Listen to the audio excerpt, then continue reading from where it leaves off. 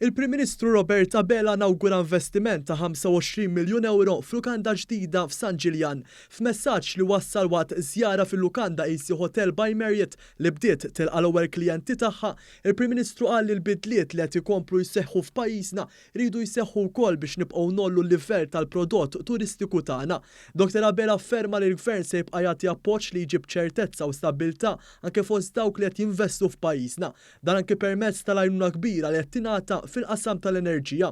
U faħar dal-investiment fis-settur tal-ospitalità u rrimarka li sa pajjiżna iħares lejn riżultati fit-turiżmu li laħqu dawk ta' qabel il-pandemija. Fil-lukanda ġdida li għandha 106 kmamar u hija mamra b'faċilitajiet mill-aqwa, il-Prim Ministru akkumpanjat minn Martu Dr. Lidja Bela faħar ir-reżiljenza u r-rieda qawwija tal-investituri u nnota l-fiduċja li dawn qed ikomplu juru f'pajjiżna.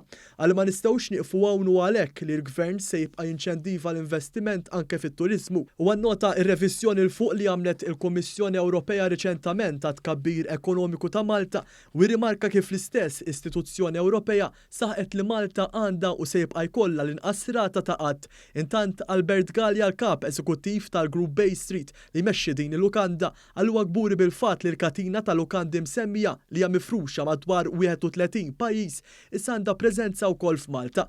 Preżenti għaċ-ċerimonja kien hemm ukoll fost l-oħrajn il-Ministru għat-Turiżmu Clayton Bartolo.